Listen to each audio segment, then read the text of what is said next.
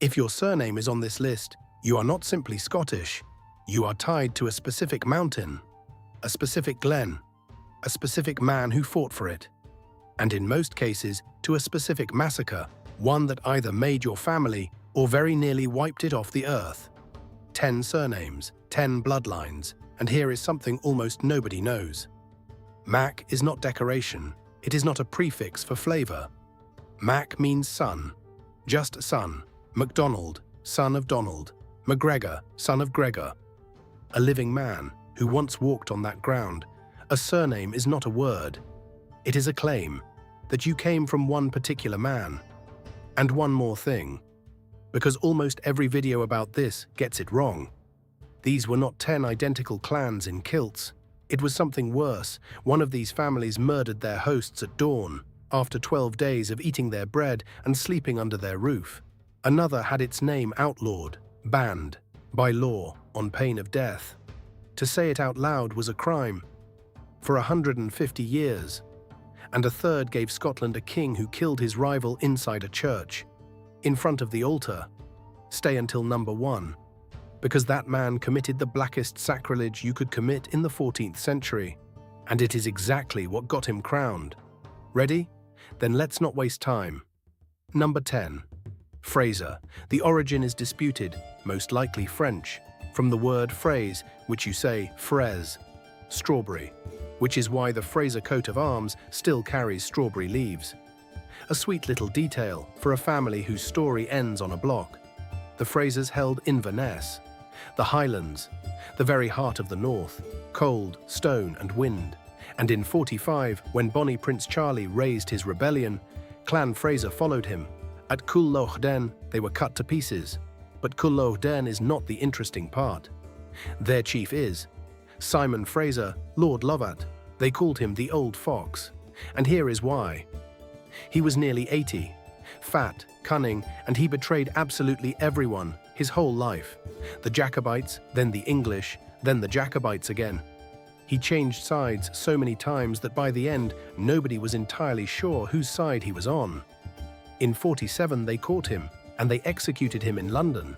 He became the last man in British history to be publicly beheaded. A magnificent achievement, wouldn't you say? And here is the detail I cannot get out of my head. So many people came to watch that they threw up wooden stands for the crowd. Threw up. That is the key word. One of the stands collapsed. 9 people died, right there. At his execution, they say the old man saw it and laughed 1 minute before his own death. If you are a Fraser, that is where you come from, not from saints, from a man who laughed on the scaffold. The next surname is literally a description of a face, not a deed, not a piece of land, a face, and it belonged to men who decided the fate of all Scotland in a single conversation. Number 9. Cameron. In Gaelic it is spelled Cam-Shron, but you say it Camron, and it translates as crooked nose. Yes, one of the most feared clans in the Highlands is called the Crooked Noses. The Camerons held Low Ha-Bear, the land around Ben Nevis, the highest mountain in Britain. A wild place, rock, rain and fog. Their chiefs were called Low Heel. And here is the moment worth remembering this name for.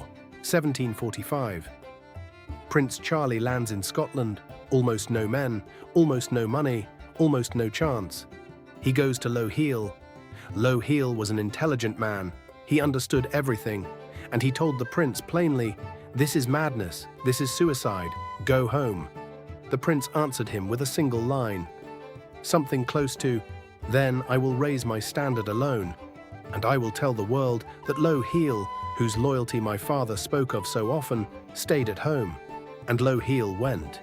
He brought 700 men, and that is how the rising of 45 began. Think about that.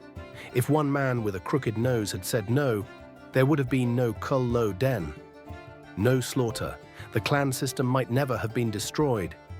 The whole history of Scotland turned on one conversation. The next surname is not Scottish at all.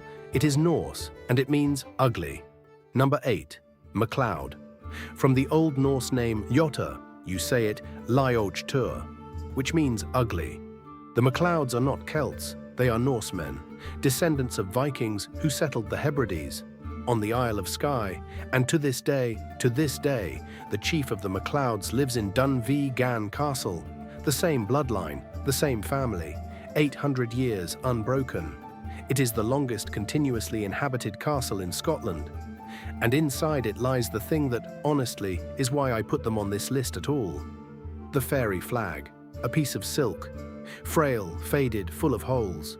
Scholars say it came from the Middle East, somewhere between the 4th and 7th century. It is 1500 years old. The legend, the flag can be unfurled in battle 3 times. 3. No more, and each time it will save the clan. It has been unfurled twice, once in the 15th century, once in the 16th. Both times the MacLeods won battles they were losing, one use remains. It is still there, under glass, waiting, and here is the part I love. In the Second World War, MacLeod airmen carried a photograph of that flag in their wallets. For luck. 1500 years, and it is still working. Now I have to warn you, what comes next is an ugly story about a dinner. A dinner that 2 boys were invited to, and were served the head of a black bull. Bon appétit, number 7, Douglas. In Gaelic it is spelled Dubgla. You say it Duvglas. It means black river, dark water. The Douglases were not merely a clan, they were a power that frightened the kings of Scotland themselves. Too rich, too much land, too many men under arms. And in 1440, the king decided it was time to fix that. The king was 10 years old. Do you follow? 10, not 20, not 30. 10. Which means somebody else was deciding. William Douglas, the 16-year-old Earl, and his younger brother were invited to dinner at Edinburgh Castle, with the king as friends. They were fed, everything went beautifully. The boys ate, they drank, they laughed. And then the final dish was carried to the table, and on that dish lay the head of a black bull. You are probably asking, why? Did they actually eat bulls' heads? No. In Scotland, everyone knew the head of a bull on the table means one thing: death. The brothers were dragged into the courtyard, given a mock trial, and there, in that courtyard, both of them were beheaded. The elder was 16, the younger was about 11. They call it the Black Dinner. If you are a Douglas, your family was so dangerous that the crown did not dare fight you fairly. It invited your children to supper. The next surname is a servant's job title. Literally, the name of a household duty. And that servant sat down on the throne. Number 6, Stewart. The word steward, a manager. The man who keeps the household, counts the grain, and looks after the king's cattle. This is not a noble name. This is the job title of a caretaker. Well, those caretakers became the royal dynasty of Scotland, and later of England. Walter Stewart married the daughter of Robert the Bruce, the very man we finish with, and through her, the crown passed to his son. After that, the Stuarts ruled for 300 years. Mary, Queen of Scots, beheaded. Charles I, also beheaded. James, that one was lucky. He merely fled. Notice something? This family has terrible luck with heads. But here is the thing. Every single time, anywhere in the world, someone says the words royal blood of Scotland, they are talking about people whose surname means the servant who watches the cows. If you are a Stewart, your family went from the cattle shed to the throne, and paid for it with 3 scaffolds. Quickly before I forget, if you are finding this worth your time, subscribe to Kin and Kingdom. Every week we take one name apart and pull the history out of it. It is free, and it is how I know this matters to you and keep going. Right, where were we? Number 5, Wallace, and this one is pure irony. Wallace comes from the word the Anglo-Saxons used for outsiders, wheelers, Wallace. The same word that gave us Wales, it means foreigner, stranger, not one of us. The most famous Scottish patriot in history carried a surname that translates as foreigner. William Wallace, not a lord, not an earl, minor gentry, almost nobody. In 1297, he destroyed an English army at Stirling Bridge. No title, no army, no right to command, and he destroyed them anyway. And in 1305, he was betrayed, taken, and dragged to London. I am going to tell you what happened, without softening it. They tried him for treason. He answered that he could not betray a king he had never sworn to. And that is true. He never once swore to Edward. The sentence came anyway. He was dragged through the streets behind a horse, hanged, and cut down alive, disemboweled, beheaded. His body cut into 4 pieces. His head was put on a spike on London Bridge. The 4 pieces were sent to 4 cities, Newcastle, Berwick, Stirling, Perth, so that everyone would see what treason costs. They wanted nothing of him to remain. That was 700 years ago. We are still saying his name. And now, the surname that has a sign on a pub door in Scotland to this day. The sign reads, "No Hawkers or Campbells." It is not a joke. Number 4, Campbell. In Gaelic it is spelled Campbell, but you say it Campbell. Crooked mouth. The crooked-mouthed. The Campbells are the most successful clan in Scottish history. They were almost always on the winning side. They grew, they got rich, they took the dukedom of Argyll, they won. And they are hated for it to this day. February 1692, Glencoe. A company of soldiers arrives at the MacDonald's of Glencoe and asks for shelter. Winter, snow, freezing cold. Under the laws of Highland hospitality, you cannot refuse. The MacDonalds take them in. The soldiers live with them for 12 days. They eat their food. They sleep by their fire. They play cards with their children. Their commander is Robert Campbell of Glen On. And then the order comes. The 13th of February, 5 in the morning. Still dark. The guests got up and began killing their hosts. 38 people were murdered. The chief was shot in the back as he rose from his bed to pour them a drink. The rest, women, children, the old, ran into the mountains, into a blizzard. How many froze out there, nobody counted. And here is why this was never forgiven in 300 years. The Highlands were violent. Clans slaughtered each other for centuries. It was almost routine. But there was one rule that nobody broke. Murder under trust. You do not kill the man whose bread you eat. You do not kill the man who gave you a roof. The Campbells did it. And to this day, in the Clachaig Inn, right there in Glencoe, that sign still hangs on the door. 330 years. And the sign is still up. You have already worked out whose glen that was. The next surname is the one that was sleeping in it that night. Number 3. MacDonald, son of Donald. Simple and direct. But this was not merely a clan. This was a state, the Lords of the Isles.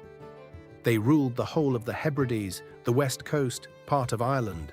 They had their own fleet, their own laws, their own council. They negotiated with England directly over the head of the Scottish king. They were kings in everything but name. Their ancestor was Somer-led, half Gael, half Viking. The man who drove the Norse out of the islands and took the islands for himself.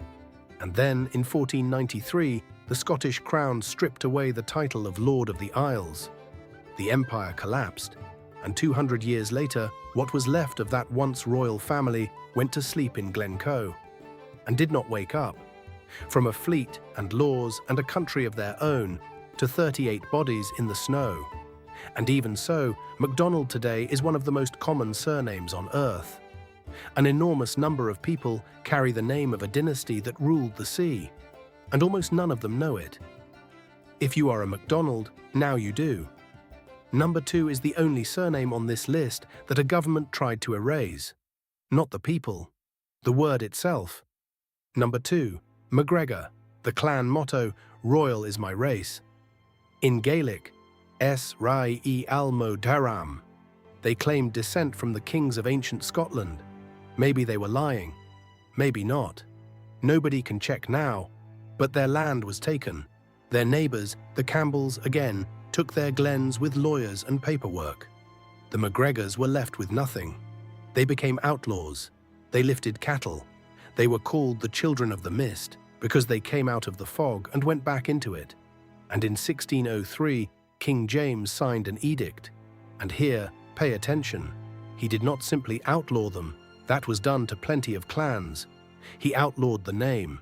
To bear the name MacGregor became a crime. To speak it, a crime. To baptize a child with it, a crime. The penalty was death. Men who killed a MacGregor were paid. Men who sheltered one were hanged, and this held on and off for nearly 150 years.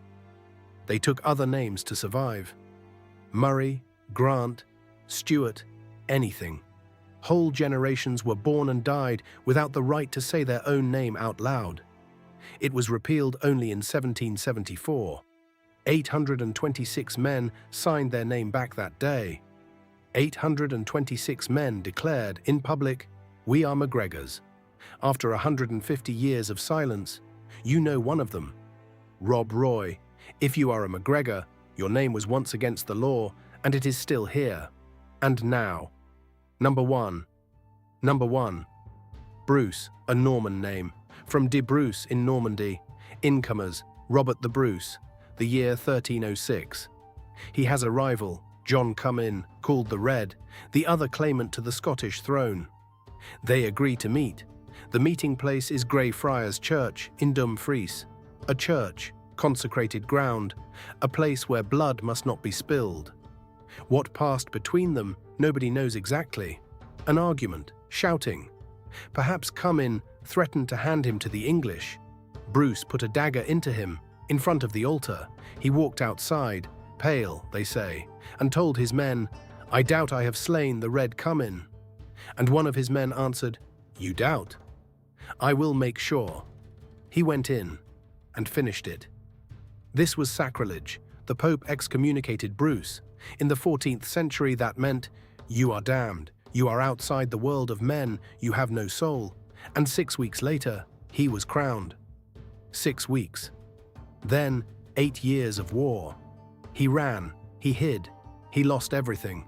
His women were locked in cages and hung from castle walls. 3 of his brothers were executed.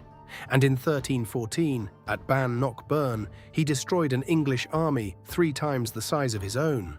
And Scotland was free. He died in 1329, and on his deathbed he asked for one thing. All his life he had wanted to atone for that murder in the church and go on crusade. He never managed it. So he asked that after his death, his heart be cut out and carried to the Holy Land in his place. And they did it. James Douglas, yes, that clan, number 7, took a silver casket with the heart of Bruce inside and carried it south. In Spain, he was caught in a battle with the Moors. He understood he would not come out alive, and as the story goes, he took the casket from around his neck, hurled it forward into the thick of the enemy and shouted, "Lead on, brave heart, I will follow thee or die." And he charged after it. He was killed. The heart was found on the field. It was carried back to Scotland. It is buried at Melrose Abbey. That is where brave heart comes from. Not from Wallace, from the heart of Robert the Bruce, thrown into a battle. If your name is Bruce, you carry the name of a man who killed his rival at an altar, was damned by the Pope, and became king anyway, and whose heart went to war after he was already dead. 10 surnames, 10 clans. And here is the part I keep coming back to. Every one of them survived. Every single one. They survived Cúil Loch Den. They survived the banning of the kilt, the pipes, the Gaelic language. They survived the clearances, when people were driven off their own land to make room for sheep. They survived the ships that carried them to America, to Canada, to Australia, and never brought them back. The clans are gone. The lords of the Isles are gone. The kingdom is gone. But the names walked off those ships, in the pockets of people who were leaving for good. And they are still here, on your passport, on your front door, on the cup in your hand. Your surname outlived the kingdom that made it. Now I want to hear from you. Put your surname in the comments and tell me where your family ended up. America, Canada, Australia, anywhere. And if you know the story your family carried out of Scotland, tell me that too. Those are worth hearing. The names that come up most I will take apart in the next video. And if you made it all the way here with me, subscribe to Kin and Kingdom. Every week we pull one name apart and find the history sitting inside it. Your surname is not just a word, it is a claim.